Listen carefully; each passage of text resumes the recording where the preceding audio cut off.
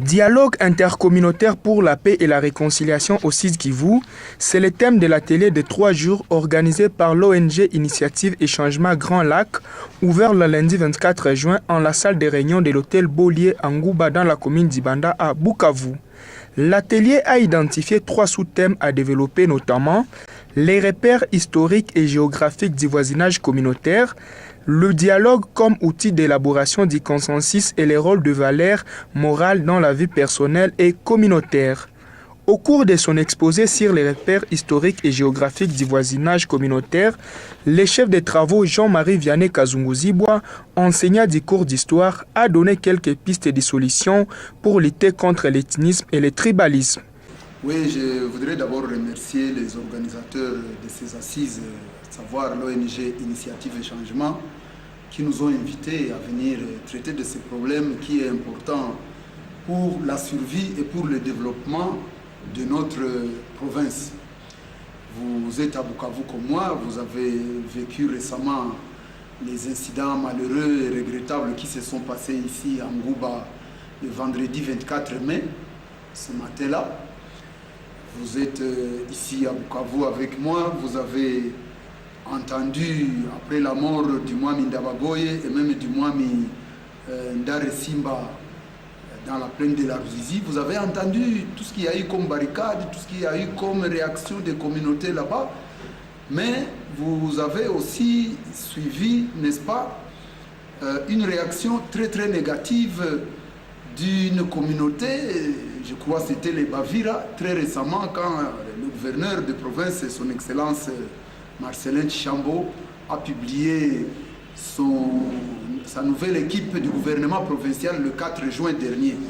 Donc nous avons l'impression qu'il y a encore une certaine persistance des velléités tribalo-ethniques dans la province, et je crois que trop c'est trop. Il y a eu plus de 10 ans de morts, plus de 10 ans de destruction des infrastructures. Aujourd'hui, la sucrerie de Kiliba fonctionne au ralenti, la Kotonko a été détruite, l'hôpital de Lemera n'existe plus là-bas, ici au Bouchi, la laiterie n'est pas là, et vous avez suivi ce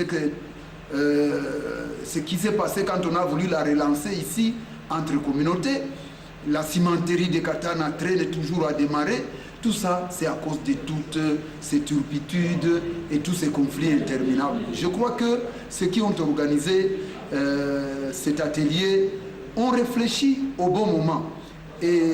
Pour Jean-Marie Vianney Kazunguzibwa, les assises de Bukavu arrivent à point nommé en rapport avec les derniers cas malheureux survenus dans la province.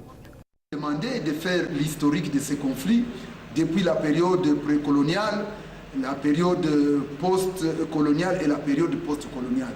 Je n'ai pas voulu trop entrer dans les conflits parce que l'heure n'est plus à remuer le couteau dans la plaie. Nous ne devons pas continuer à rappeler seulement les expériences négatives. J'ai plutôt choisi de montrer quelles sont les nombreuses réflexions qui ont déjà été faites sur la cohabitation intercommunautaire au Sud Kivu.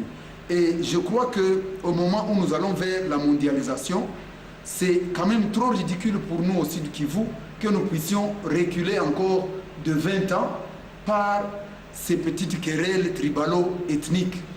Et nous devons donc éduquer nos communautés, éduquer surtout les intellectuels qui tirent sur des ficelles à ne plus recommencer cette sale besogne, parce que finalement, notre province doit décoller. Vous avez vu, aujourd'hui, les autorités provinciales s'attellent à des programmes de réhabilitation des routes, de réhabilitation des infrastructures avec le partenariat extérieur. Donc tout cela montre que la bonne volonté est là pour démarrer, et nous, communautés, nous, animateurs des communautés, Banyamulenge, Bavira, Bafulero, Bashi, Batembo et autres, et même les pygmées, nous devons tous nous mettre au travail et sortir de ces démons de la conflictualité qui nous a caractérisés. Et je crois que cela va nous permettre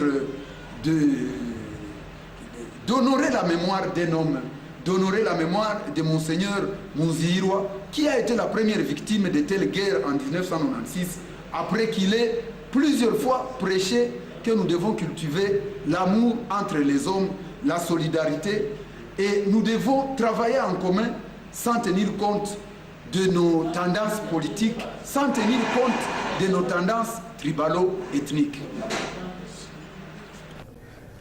Le directeur de programme à Initiative et Changement Grand Lac, Thomas Ntambou, a dit que la méfiance et la haine au sein des communautés entretiennent un fermat de tension que les acteurs verraient pour des intérêts non avoués n'hésitent pas à manœuvrer. Notre organisation Initiative et Changement travaille pour la consolidation de la paix depuis plusieurs années dans la région. Et nous avons travaillé depuis 10 ans au Burundi. Maintenant, nous sommes interpellés par la situation à l'est du Congo et puis nous pensons qu'il y a des efforts qui se font. Le moment est venu pour que nous puissions apporter notre expertise en matière de réconciliation et de la recherche de la paix. C'est pour cela que nous avons commencé depuis le mois de mai notre premier atelier dans le même style au Nord Kivu. Et aujourd'hui, nous sommes ici au Sud Kivu. D'une manière concrète, quelle est cette expertise?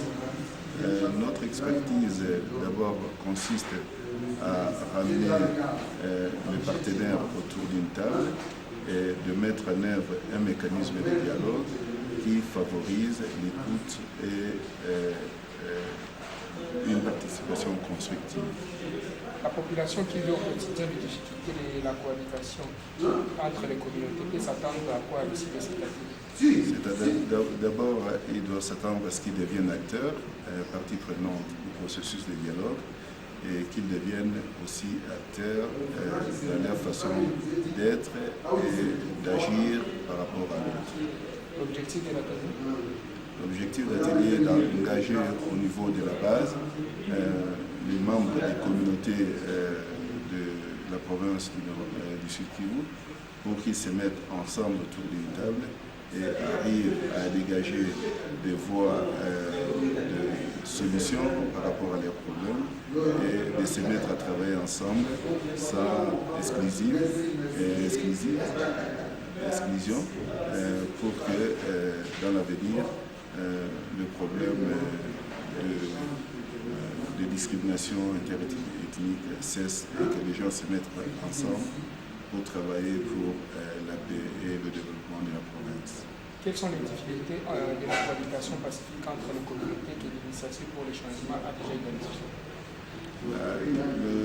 Le grand problème, c'est l'exclusion. Il n'est pas donné à l'autre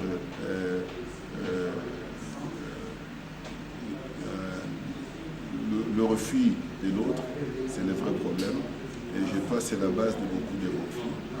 Si nous arrivons à faire comprendre aux participants qui sont tous les membres des communautés, si on arrive à les faire comprendre que donner la place à l'autre, c'est très important pour construire une communauté, ça serait déjà un résultat positif pour cette étape. Un message aux communautés d'ici encore une fois, pour ne pas me répéter. Prennent part à la rencontre de Bukavu le pouvoir coutumier, les confessions religieuses, la STAREC, Stabilisation et Réconciliation de l'Est du Congo, la société civile et les collectifs de mutualité. Ils vont travailler sur l'objectif de mobiliser les acteurs à la base dans un processus de recherche de la paix par le dialogue.